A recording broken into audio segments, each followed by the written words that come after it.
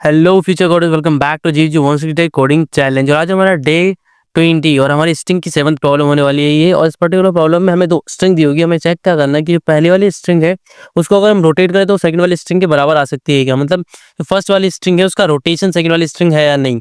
तो चलो चलते हैं हमारी आज की प्रॉब्लम पर। सबसे पहले हमें आ जाना है गूगल पर एंड सर्च कर लेना है जीजी प्रॉब्लम ऑफ द डे। जीजी problem of the day search करने के बाद में जो आपका जो फर्स्ट लिंक आ रही है उस पर आपको क्लिक कर देना है। इन फर्स्ट लिंक पे क्लिक करने के बाद जीजी प्रॉब्लम ऑफ द डे का पेज आपके सामने आ जाएगा। फिर जैसे कि हम डेली करते हैं, हम जेएफजी 160 पर क्लिक कर देंगे तो हमारी जो जेएफजी 160 का पेज है वो ओपन हो जाएगा। फिर स्टार्ट कोर्स के ऑप्शन पे आपको क्लिक कर देना है। फिर जो प्रॉब्लम वाला पेज है वो हमारे सामने आ जाएगा।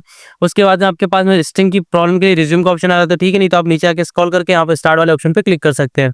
मेरे पास रिज्यूम का ऑप्शन आया तो मैंने रिज्यूम पे क्लिक कर लिया है। हमारी सारी प्रॉब्लम तो हमारे सामने आ चुकी है। हम टोटल 6 प्रॉब्लम सॉल्व कर चुके हैं। आज हमारी 7th प्रॉब्लम है string rotation of each other. उस पर मैंने क्लिक कर लिया है, प्रॉब्लम वाले ऑप्शन को मैंने साइड कर दिया है। अब बात करते हैं हमको प्रॉब्लम सॉल्व करने कैसे है। जैसे अभी सारी वीडियोस में आपको बताता हूँ कि पहले प्रॉब्लम स्टेटमेंट पढ़ना है, एग्जाम्पल देख के समझना है, कंस्ट्रेंट देखने हैं, टॉपिक टैग देखना है, ठीक है, कॉम्प्लेक्सिटी वगैरह देखना है। सो अब स्टार्ट करते हैं पहले प्रॉब्लम स्टेटमेंट से।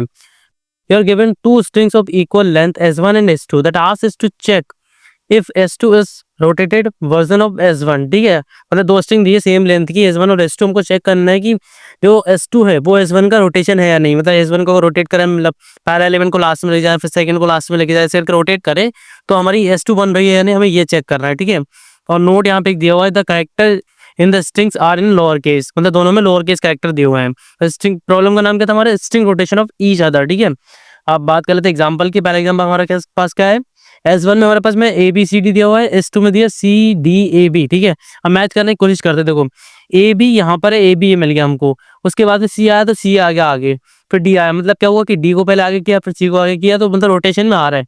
तो आउटपुट देखो क्या आ रहा है, ट्रू आ रहा है। और यहाँ पे लिखा कि after two rotation right rotation S1 will become equal to S2। ठीक है, अब सेकंड वाला एग्जांपल देखो, AB दिया, ABA दिया हुआ। ठीक है, अब इसमें भी रोटेशन कितना लगा है, after one left rotation S1 will become equal to S2। One rotation left side का मतलब क्या है, पहले वाले ए को लास्ट में लेके आ जाओगे तो सेम बन जाएगी। ठीक है, एक रोटेशन लगेगा बस। नेक्स्ट वाला एग्जांपल देखो, थर्ड वाला, इसमें कहते हैं ABCD दिया, यहाँ पे ACBD दिया हुआ। ठीक है, फॉल्स कर दिया। ठीक है, क्योंकि ये वाला कॉम्बिनेशन पॉसिबल ही नहीं है। आप कितना ही रोटेट करो ये वाला कॉम्बिनेशन नहीं आने वाला उसके अंदर। ठीक है, अब इसके बाद हम बात कर लेते हैं कंस्टेंट्स की। तो हमारे पास कंस्टेंट है कि जो दोनों स्ट्रिंग्स हैं उनकी लेंथ कितने वाली है, कितनी होने वाली है, 10⁵ होने वाली है। ठीक है, और कंपनी टैग देख सकते हैं आप मोटिवेशन के लिए, ओरेकल वगैरह में पूछा जा चुका है ये क्वेश्चन।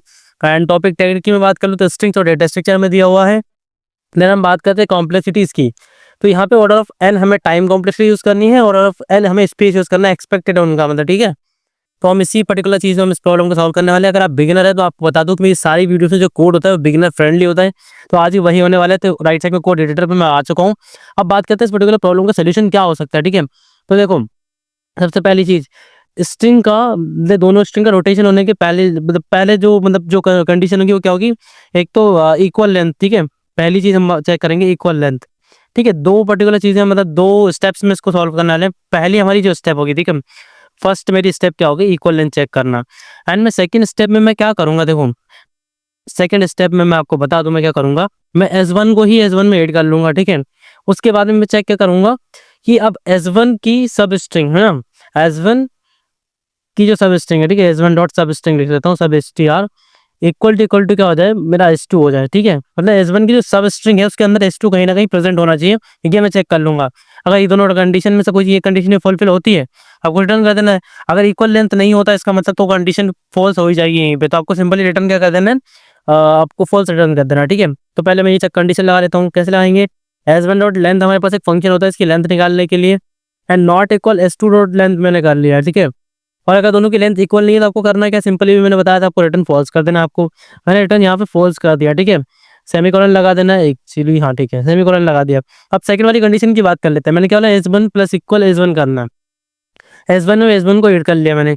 उसके बाद सिंपल यहाँ से मैं रिटर्न क्या करना है कि अगर मेरा जो S1 की सब स्ट्रिंग के अंदर S2 मिल जाता है तो ठीक है, या नहीं मिलता तो आपको क्या कर देना है, रिटर्न फॉल्स कर देना है।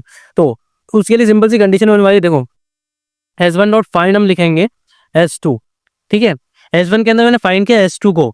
अब इसका आउटपुट क्या आ सकता है, ठीक है, इसका आउटपुट दो ही चीज आ सकता है। देखो, या तो not equal string string and, और रुक जाओ, स्ट्रिंग एंड पोस्ट। ठीक है, ये आ जाएगा इसका आउटपुट। कैसे आएगा देखो सुनो, अगर ये इक्वल टू स्ट्रिंग एनपोज हो जाता है तो रिटर्न फॉल्स कर देगा। अब स्ट्रिंग एनपोज का क्या मतलब है, जब जो हम स्ट्रिंग के अंदर स्ट्रिंग ढूंढ रहे होते हैं वो स्ट्रिंग नहीं मिलती तो ये रिटर्न करता है स्ट्रिंग एनपोज। वो क्या होता है, जो इसकी क्या बोल सकते हैं हम, एक्सट्रीम वैल्यू होती है ना, उससे ऊपर हो जाता है, मतलब मैक्सिमम वैल्यू से ऊपर वैल्यू वाली वैल्यू भेज देता है वो हमें, है ना।